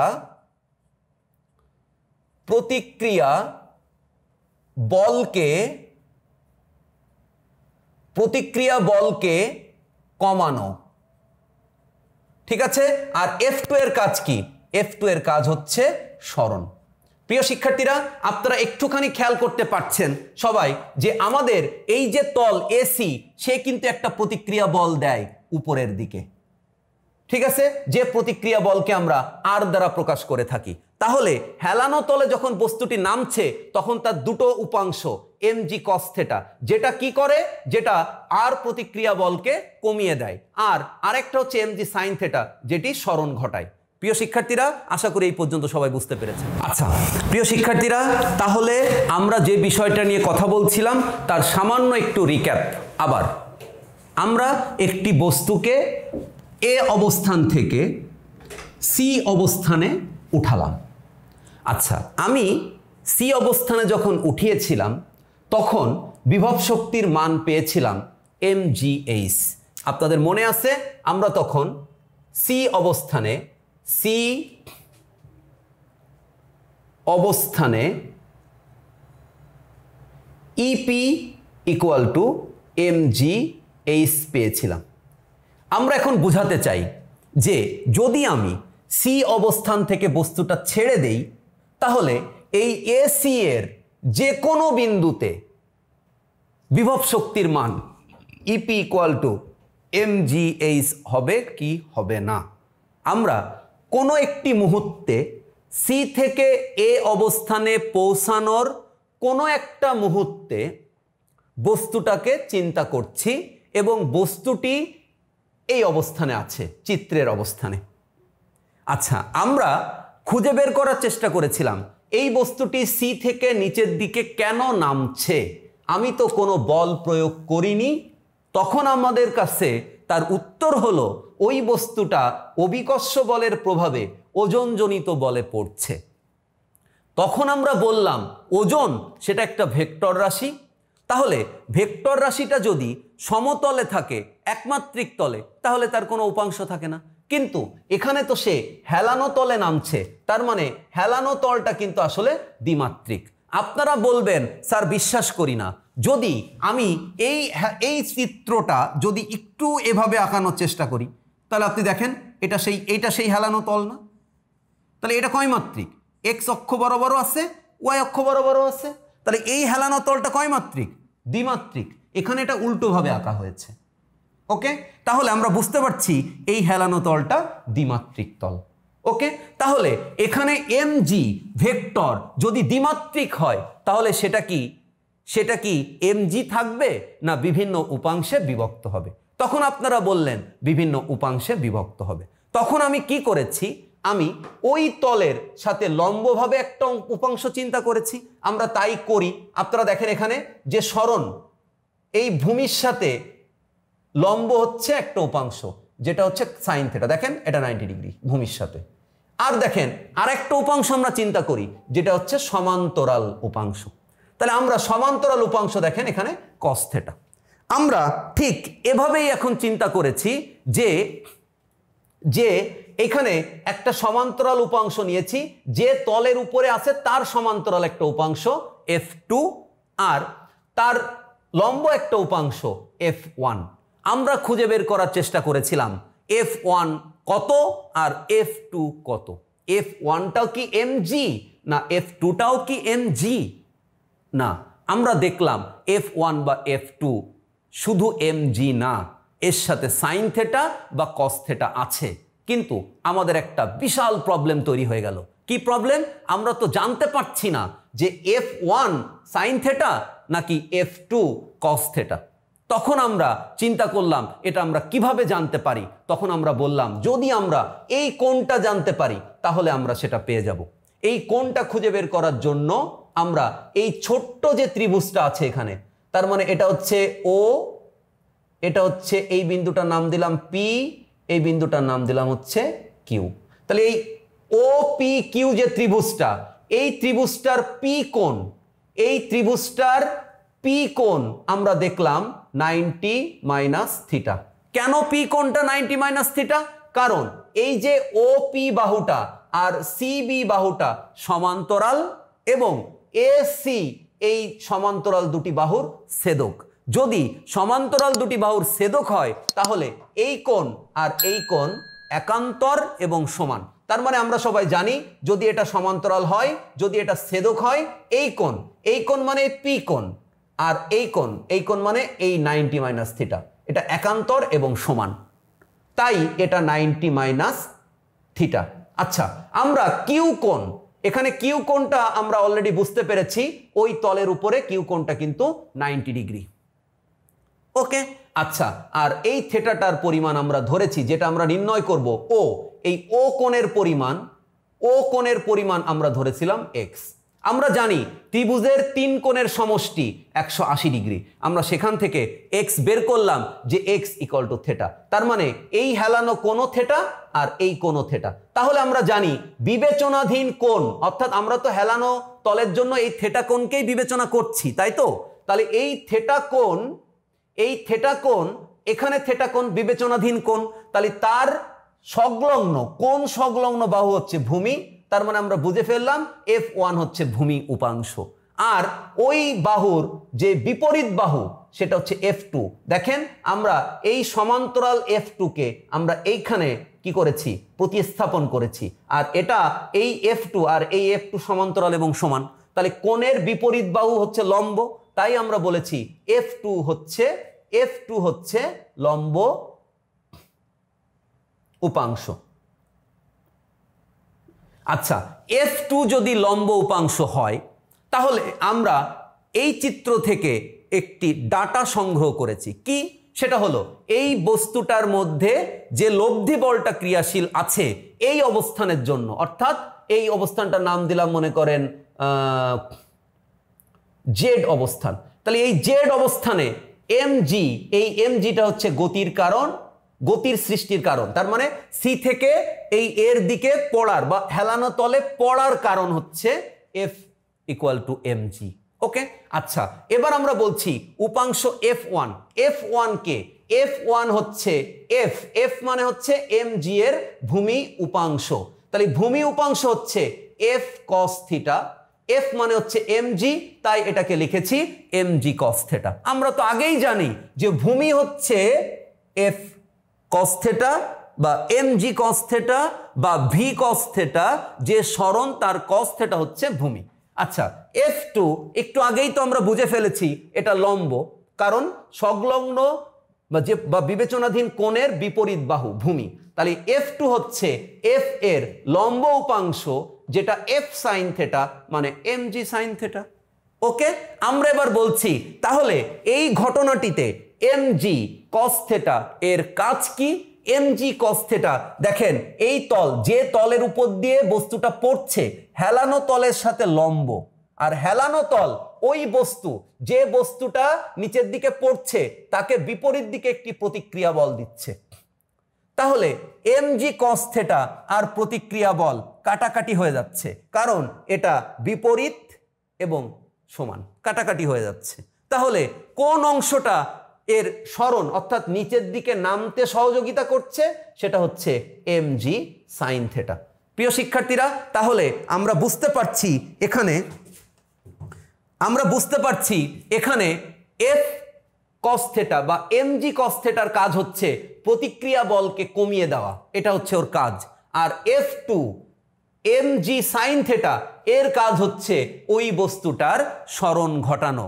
প্রিয় শিক্ষার্থীরা, তাহলে আমরা এই ঘটনা থেকে যদি বিভব শক্তির পরিমাণ নির্ণয় করতে চাই জেড অবস্থানে, তাহলে এখন আমরা সেটি কিভাবে নির্ণয় করব? খুবই মজার। আমি বারবারই আপনাদের একটা কথা বলি, প্রাণের মাঝে গণিত বাজে, যদি গণিত না বাজে তাহলে কিন্তু আমরা ফিজিক্সের যে অপরিসীম সৌন্দর্য সেটা অনুভব করতে পারবো না। প্রিয় শিক্ষার্থীরা, আমরা বোঝার চেষ্টা করছি যে জেড অবস্থানে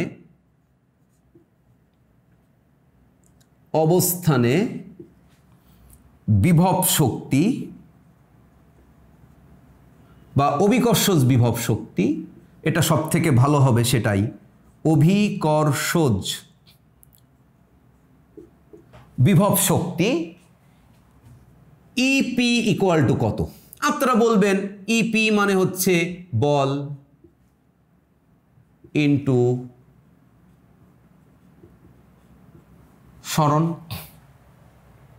ওকে, ফাইন। আচ্ছা প্রিয় শিক্ষার্থীরা, আমরা এবার একটু ভিন্নভাবে বিষয়টি চিন্তা করছি। বল মানে এখানে কত? বল মানে এখানে হচ্ছে F sin থিটা। আপনারা বলবেন স্যার কি বললেন, আজীবনকাল আমরা cos থিটা ব্যবহার করে আসলাম, আপনি এখন আমাদের সাথে বেইমানি করে এটাকে sin থিটা বলছেন। আমরা বলছি না, এখানে গণিত বলছে বস্তুটা উপর থেকে নামার সময় ওজনের sin থিটাটা ওর সরণের জন্য দায়ী।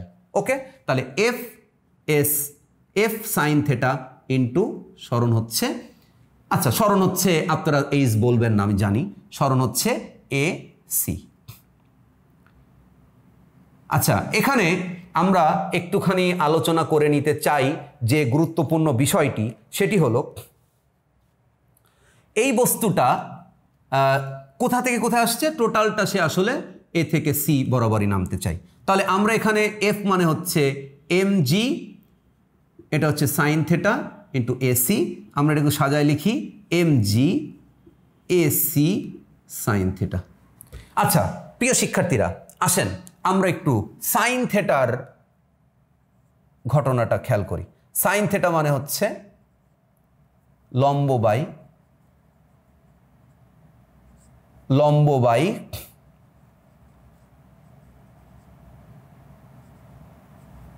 অতিভুজ। ওকে, আচ্ছা আপনাদের এখানে একটু কনফিউশন হতে পারে প্রিয় শিক্ষার্থীরা, আপনাদের এখানে একটু কনফিউশন হতে পারে। কনফিউশনটা হলো আপনারা হয়তো চিন্তা করছেন যে সরণটা এসি হলো কেন, সরণটা তো এসি হয়নি। এখন আপনি যদি বলেন স্যার আমি এখান থেকে একটা লম্ব টানবো বা বস্তুটা এখানে আছে, আমি এই টোটাল উচ্চতা টুকি সরণ ধরবো, তার মানে এই জেড, তার মানে এই বিন্দুটা এই জেড এখান থেকে এইটুক সরণ বা এইখান থেকে এইটুক সরণ, কোনো অসুবিধা নেই, আপনি যে কোনোটা ধরতে পারেন, আপনি যে কোনোটা ধরতে পারেন। আমি সেটা নিয়ে আলোচনা করছি, তার আগে একটু অঙ্কটা চিন্তা করে আসি। তাহলে সাইন থিটা, তাহলে এই টোটাল ত্রিভুজটার লম্ব হচ্ছে বিসি আর অতিভুজ হচ্ছে এসি। তাহলে আমরা এখানে বিসি ইকুয়াল টু পাচ্ছি এসি সাইন থিটা। তাহলে প্রিয় শিক্ষার্থীরা, বিসি মানে হচ্ছে H equal to AC sign theta. তাহলে আমরা এখানে লিখতে পারি mg, এই এসি সাইন থিটা এটা মানে হচ্ছে এইচ। তাহলে প্রিয় শিক্ষার্থীরা, জেড বিন্দুতেও আমরা অভিকর্ষ ত্বরণ পেয়ে গেলাম ইপি ইকুয়াল টু mgh। তার মানে আমরা বলতে পারি বস্তুটি আপনি যে পথে উপরে উঠান বা যে পথে নিচে নামান, অভিকর্ষ বিভব শক্তি বেসিক্যালি mgh। আপনারা এখন বলতে পারেন স্যার এখানে মাইনাস আসলো না কেন? আগের বার তো আমি উপরে উঠাইছিলাম, সেজন্য অভিকর্ষের বিরুদ্ধে ছিল, এই জন্য সেটা মাইনাস আসছিল, কিন্তু এখন আমি বস্তুটাকে নিচের দিকে নামাচ্ছি, সেই জন্য এখানে অবশ্যই প্লাস আসছে। আর আমরা দেখলাম এই পুরো ঘটনাটা কিন্তু পথের উপর নির্ভর করলো না, এই পুরো ঘটনাটা নির্ভর করলো আসলে তার অবস্থান অর্থাৎ তার উচ্চতার উপর। ওকে প্রিয় শিক্ষার্থীরা, আশা করি বিষয়টা আপনারা সবাই ক্লিয়ার বুঝতে পেরেছেন। তবে একটু অসুবিধা হতে পারে অনেকের, সেই অসুবিধাটা হলো, অসুবিধাটা আমি একটু বোঝানোর চেষ্টা করছি, আপনারা সবাই একটু মনোযোগ দিয়ে খেয়াল করবেন। আচ্ছা, অসুবিধা হলো আমি আপনাদের একটু ক্লিয়ার করতে চাই বিষয়টি। এত জটিল কোনো ব্যাপার না, আপনারা বিভিন্ন ধরনের প্রশ্ন করেন বা আপনারা যে প্রশ্নগুলো আপনাদের মনের মধ্যে হয়, স্টুডেন্ট হিসাবেও সেই প্রশ্নগুলো আমার মনের মধ্যে হয়। প্রিয় শিক্ষার্থীরা, আমরা যদি এই বস্তুটার সরাসরি উচ্চতা হিসাব করি, আপনারা একটু চিন্তা করেন তো, তাহলে সরাসরি উচ্চতা এরকম না? তাহলে আমরা যদি এখানে জেড চিন্তা করি, বাচ্চারা সবাই একটু চিন্তা করেন, আমি যদি এখানে জেড চিন্তা করি, তাহলে আমার তো ত্রিভুজটা হয়ে যাবে কি এ জেড, এটা মনে করেন ডি। তাহলে আমি তো এখানেও সে একই জিনিস পাবো, এইখান থেকে এইটুকু আমার অতিভুজ আর এইখান থেকে এইটুকু আমার লম্ব, ঠিক আছে? তার মানে এইটুকু হচ্ছে লম্ব আর এইটুকু আমি কি পাবো? অতিভুজ পাবো। তার মানে বেসিক ব্যাপারটা কি? বেসিক ব্যাপারটা আমি যদি এখানেও সাইন থেটা ব্যবহার করি, তাহলে সেই সাইন থেটার জন্য আমি একই জিনিস পাবো, সাইন থেটা ইকুয়াল টু অতিভুজ এ জেড আর হচ্ছে লম্ব সেটা হচ্ছে ডি জেড। তার মানে আমার একই কাজ হবে, ডি জেড হবে উপরে, লম্ব উপরে আর এ জেড হচ্ছে নিচে। তাহলে আমার একই কাজ হবে, সেটা হচ্ছে A Z sine theta equal to D Z. তো আমরা এই ছোট ত্রিভুজটা চিন্তা করিনি, আমি এই টোটাল ত্রিভুজটার কথা চিন্তা করেছি, এই জন্য আমি একবারে এখানে এসি দিয়েছি। আশা করছি আপনারা সবাই চমৎকারভাবে এই বিষয়টি বুঝতে পেরেছেন। প্রিয় শিক্ষার্থীরা, আমাদের মেইন যে কনসেপ্টটা ছিল, সেই কনসেপ্টটা হচ্ছে আমরা বলছি কোনো একটা বস্তুকে আমি অভিকর্ষ বলের পক্ষে বা বিপক্ষে উপরে উঠাই বা নিচে নামাই, আমার কাজ যে বিভব শক্তি নির্ণয় করব, সেখানে আমি কোন পথে নামাচ্ছি কোন পথে উঠাচ্ছি এইটা ডাজন্ট ম্যাটার। আসলে আমরা কতটুক উঠালাম এটা ভূমি থেকে তার সরাসরি লম্ব দূরত্ব হিসাব করতে হবে। প্রিয় শিক্ষার্থীরা, আশা করি আপনারা এই চমৎকার টপিকটা খুব ভালোভাবে অনুধাবন করতে পেরেছেন। ওকে, আমরা এই বিষয়টির একটি প্র্যাকটিক্যাল আপনাদেরকে দেখানোর চেষ্টা করব। প্রিয় শিক্ষার্থীরা, আপনারা সবাই ফিজিক্স ল্যাবের সাথেই থাকবেন। প্রিয় শিক্ষার্থীরা, আমরা পড়ছিলাম অভিকর্ষজ বিভব শক্তি পথের উপর নির্ভরশীল নয়। এই কনসেপ্টটা ক্লিয়ার করার জন্য আমরা বিভিন্নভাবে বিভিন্ন ঘটনা ব্যাখ্যা করার চেষ্টা করেছি। তার মধ্যে একটি গুরুত্বপূর্ণ ঘটনা হলো হেলানো তলে বস্তুর অভিকর্ষজ বিভব শক্তি। তো প্রিয় শিক্ষার্থীরা, আমরা আপনাদের সামনে একটি প্র্যাকটিক্যাল নিয়ে হাজির হয়েছি, যেন সেই প্র্যাকটিক্যালটা দেখার পর আপনারা বিষয়টি আরও ভালোভাবে ক্লিয়ার হতে পারেন। তো আমরা দেখি আনত তল বা হেলানো তল বলতে আমরা প্রথমত কি বুঝতে পারি বা কি বোঝা যায়।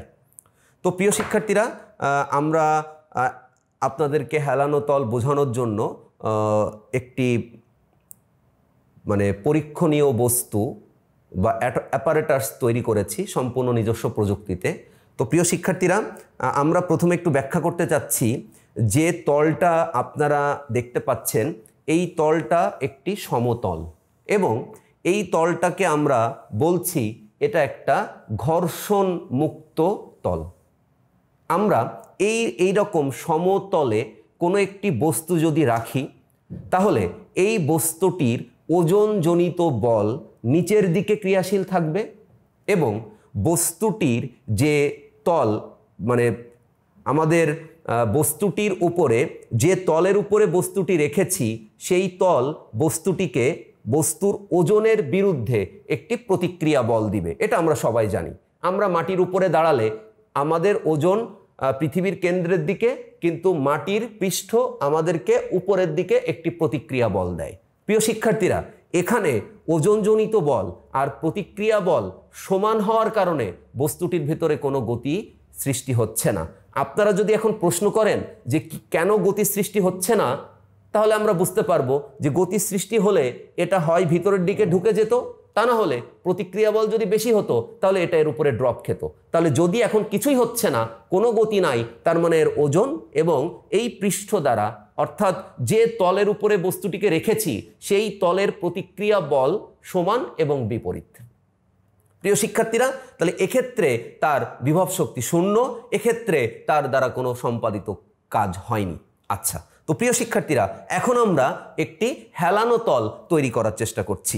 ওকে, আচ্ছা, তো প্রিয় শিক্ষার্থীরা, আপনারা হেলানো তলটা তৈরি করার জন্য খেয়াল করেন, আমরা যে পৃষ্ঠের উপরে এই বস্তুটাকে রেখেছিলাম, আমরা সেই পৃষ্ঠ থেকে ওই তলটাকে একটু উপরের দিকে ওঠাচ্ছি।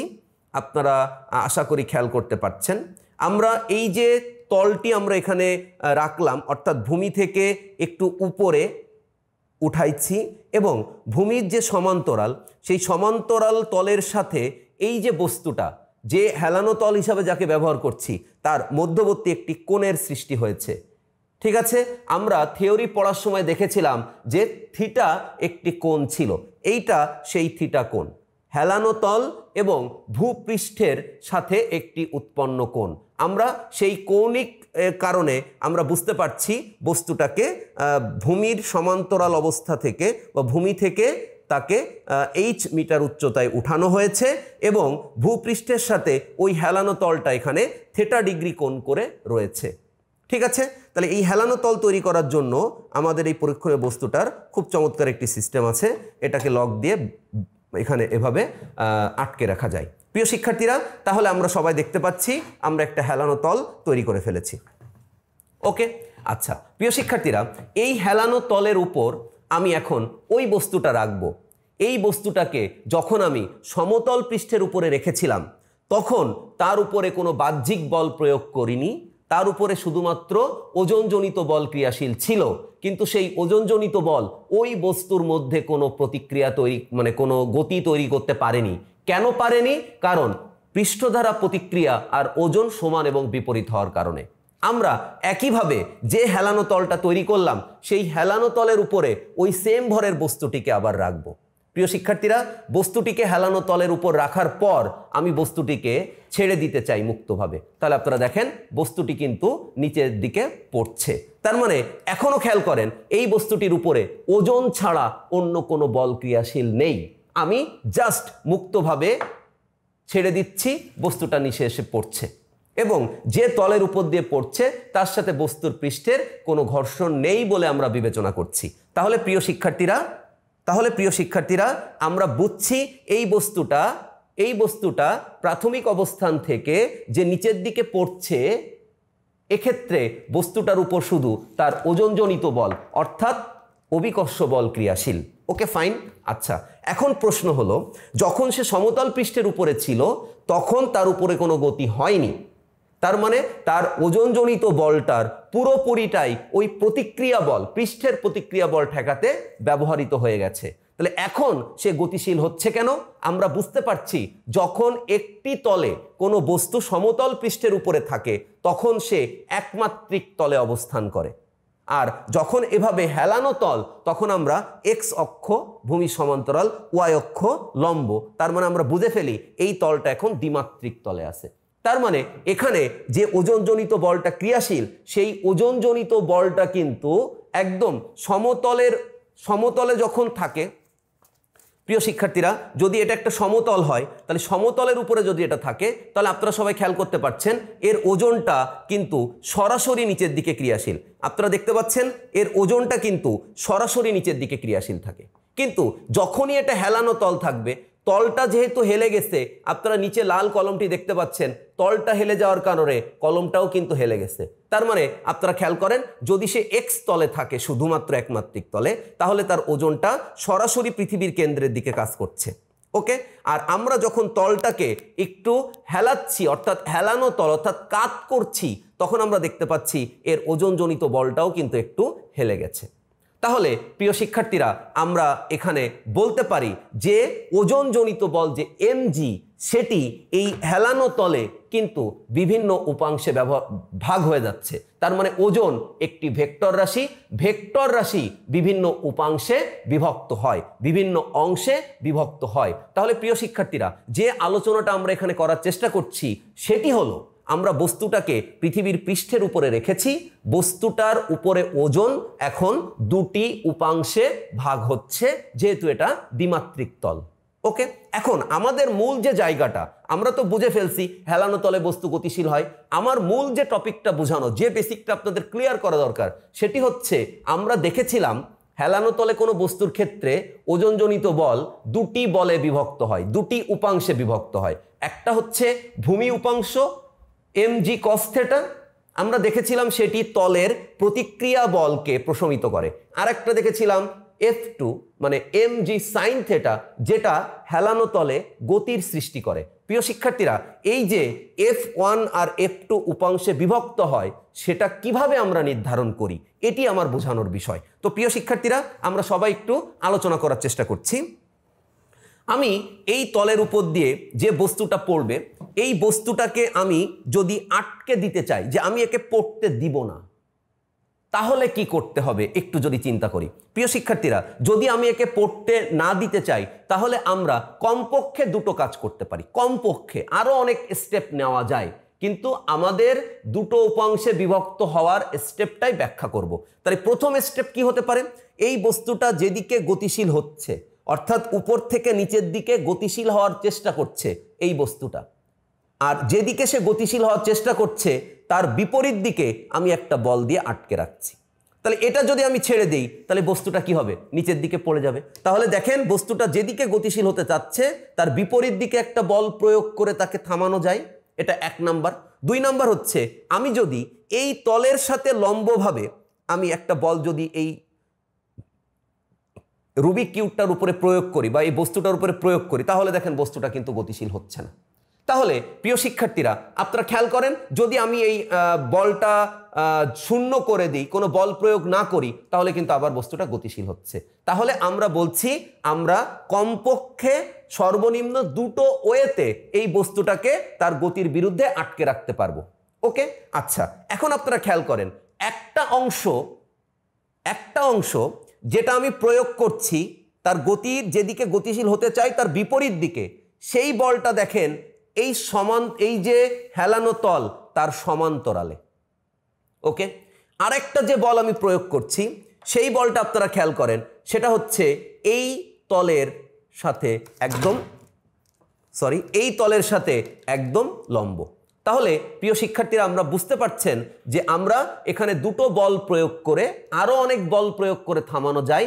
আমরা দুটো বল প্রয়োগ করছি, একটা হচ্ছে এটাকে যেদিকে গতিশীল হচ্ছে তার বিপরীত দিকে, আর একটা হচ্ছে যে তল অর্থাৎ যে সমতলে সে আছে, যে হেলানো তলে সে আছে সেই হেলানো তলের সাথে লম্বভাবে একটা বল আমরা প্রয়োগ করছি, যে কারণে বস্তুটি গতিশীল হতে পারছে না। তাহলে এটাই হচ্ছে আমাদের দুটো উপাংশ, একটা হচ্ছে এই তলের সমান্তরালে যেটা আমরা ওই বস্তুটার গতির বিরুদ্ধে দিয়েছিলাম, আরেকটা হচ্ছে ওই তলের সাথে লম্ব যেটা বস্তুটাকে আটকে রাখতে সহযোগিতা করেছিল। তাহলে একটা হচ্ছে F1, একটা হচ্ছে F2। প্রিয় শিক্ষার্থীরা, আমরা বস্তু ব্যতীত আরো একটি উপায়ে এই জিনিসটা ব্যাখ্যা করার চেষ্টা করব। আপনারা দেখতে পাচ্ছেন আমার কাছে একটি বস্তু আছে, ঠিক আছে? আপনারা সবাই একটু খেয়াল করেন, আমি এই বস্তুটাকে যদি এর উপর দিয়ে পড়তে দেই তাহলে কিন্তু এর উপর দিয়ে সে পড়ছে, গতিশীল হচ্ছে। এবার খেয়াল করেন, আমি আপনাদেরকে দেখানোর চেষ্টা করছি আমি এখন বস্তুটিকে এখানে ধরে রাখবো, আমি এখানে ধরে রাখছি, খেয়াল করতে পারেন। তাহলে আমি একে কিভাবে ধরে রাখছি? আপনারা দেখতে পাচ্ছেন আমি এই বস্তুটা যেদিকে গতিশীল হচ্ছিল তার বিপরীত দিক থেকে একটি সুতার সাহায্যে এই বস্তুটিকে আটকে রেখেছি। প্রিয় শিক্ষার্থীরা, আপনারা যদি সুতাটাকে একটু খেয়াল করেন তাহলে দেখবেন এই তলের সাথে সুতাটা কিন্তু এই তলের সাথে সমান্তরালে আছে, সুতাটা কিন্তু এই তলের সাথে সমান্তরালে আছে। প্রিয় শিক্ষার্থীরা, আপনারা বুঝতে পারছেন যে আমি এই বস্তুটার গতিশীল যদি করতে চাই তাহলে এই বস্তুটার উপরে সমান্তরালে যে বলটা ক্রিয়াশীল সেটাই ওর গতির জন্য দায়ী। ওকে, আচ্ছা প্রিয় শিক্ষার্থীরা, কেন? কারণ আমি যদি এখন সুতাটিকে কেটে দেই তাহলে আপনি দেখবেন বস্তুটি গতিশীল হচ্ছে। তাহলে বস্তুটি গতিশীল হচ্ছে কার জন্য? ওজনজনিত বলের একটা উপাংশ থাকবে যে উপাংশটা হেলানো তলের সমান্তরালে কাজ করবে, যেটা আমি বোঝানোর জন্য এই সুতাটা ব্যবহার করেছি। আমি বোঝাতে চেয়েছি উল্টাভাবে যে আমি তাকে গতিশীল না করতে চাইলে কিভাবে বল প্রয়োগ করতে হতো। তাহলে আমাদের ওই গতির বিরুদ্ধে বল প্রয়োগ করতে হতো, সেটা আমি দেখেন বস্তুটা যেদিকে গতিশীল হতে চেয়েছিল তার বিপরীত দিকে বল প্রয়োগ করছি, এবং এটা দেখেন ভূমির সাথে সমান্তরাল। ওকে, আচ্ছা, আবার আমি তার মানে এই দৃশ্যটা আমি লাল কলম দিয়ে দেখালাম যে এই দিকে একটি বল, মানে ওই mg যেটা ওজনজনিত বল, সেই ওজনজনিত বলটা এই ভূমির সমান্তরালভাবে ভাগ হয়ে যাচ্ছে। ওকে, আচ্ছা, এই কারণে সমান্তরাল যে ভাগে ভাগ হচ্ছে mg এর উপাংশ, সেই উপাংশটাকে ঠেকানোর জন্য আমাকে ওই বস্তুর গতির বিরুদ্ধে বলটা প্রয়োগ করতে হচ্ছে। তাহলে একই কথা। আচ্ছা, এবার আমরা যদি চিন্তা করি আমি যে বলটা বস্তুর উপর অর্থাৎ বস্তুর উপর প্রয়োগ করব, কিন্তু সেটি এই তলের উপরে দেখেন মানে লম্ব হবে, তার মানে এই তলের উপরে আমি এভাবে বস্তুটাকে আটকে রাখতে পারবো। তাহলে আমি বোঝাচ্ছি যে ওজনজনিত বল দুটি উপাংশে বিভক্ত হয়। আমাদের এই টপিকটা ব্যাখ্যা করার জন্য আমাদের একটা উপাংশ হচ্ছে এই হেলানো তলে সমান্তরালে থাকে, যেটার জন্য বস্তুটা গতিশীল হয়। তার মানে দেখেন বস্তুটা গতিশীল হয় যে সমান্তরাল বলের জন্য, সেটা আমরা কনফার্ম হচ্ছে কিভাবে? আমরা যে বলটা প্রয়োগ করছি ওকে আটকে রাখার জন্য, সেটা দেখেন সমান্তরাল।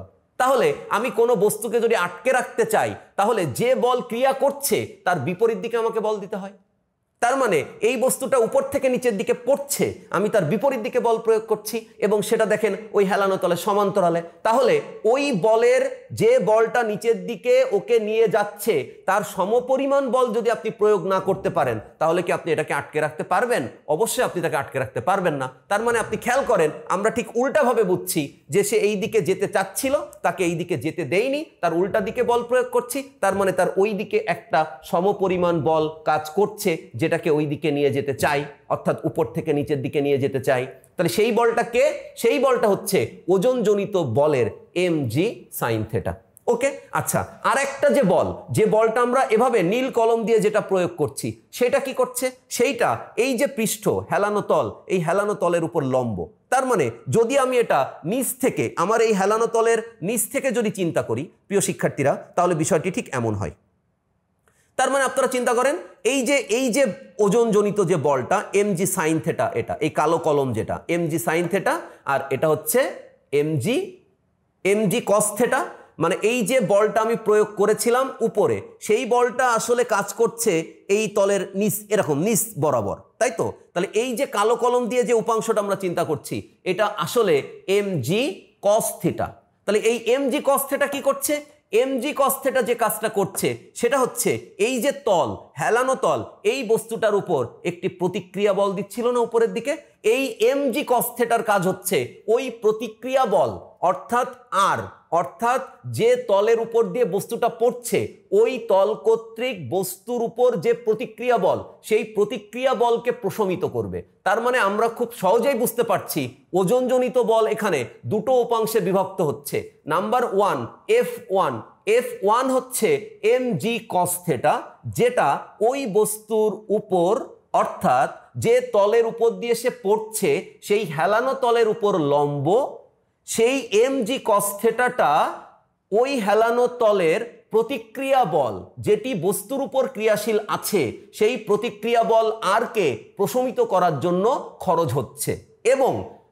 এবং mg এর যে দ্বিতীয় উপাংশ mg sin থিটা, সেই mg sin থিটাটা কি করছে? ওই বস্তুটা যে হেলানো তলের উপর থেকে নিচ দিকে গতিশীল হচ্ছে সেই গতি সৃষ্টির জন্য কাজ করছে, কারণ বল প্রয়োগ না হলে অবশ্যই সেখানে বস্তুর ভেতরে গতি হবে না। তাহলে প্রিয় শিক্ষার্থীরা, আমরা বুঝলাম হেলানো তলে কোনো একটা বস্তু ওজনজনিত বলের কারণেই পড়ে, সেখানে প্রযুক্ত বল শূন্য হলেও কোনো অসুবিধা নাই।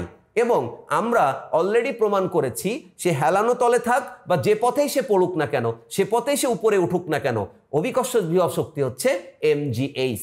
তবে অভিকর্ষজ বিভব শক্তি ঋণাত্মক হতে পারে, ধনাত্মক হতে পারে, তবে তার সমীকরণ EP = mgh, মানে সে পথের উপর নির্ভর করে না। কেন করে না? কারণ mg যে ওজন, সেই ওজনটা দুটো ভাগে ভাগ হয়ে যায়। একটি ওজন এর উপাংশ mg cos থিটা, সেটা প্রতিক্রিয়া বল প্রশমিত করতে ব্যয় হয়, আর একটা হচ্ছে mg sin থিটা, যেটা বস্তুটার উপর থেকে নিচের দিকে নিয়ে যেতে সহযোগিতা করে।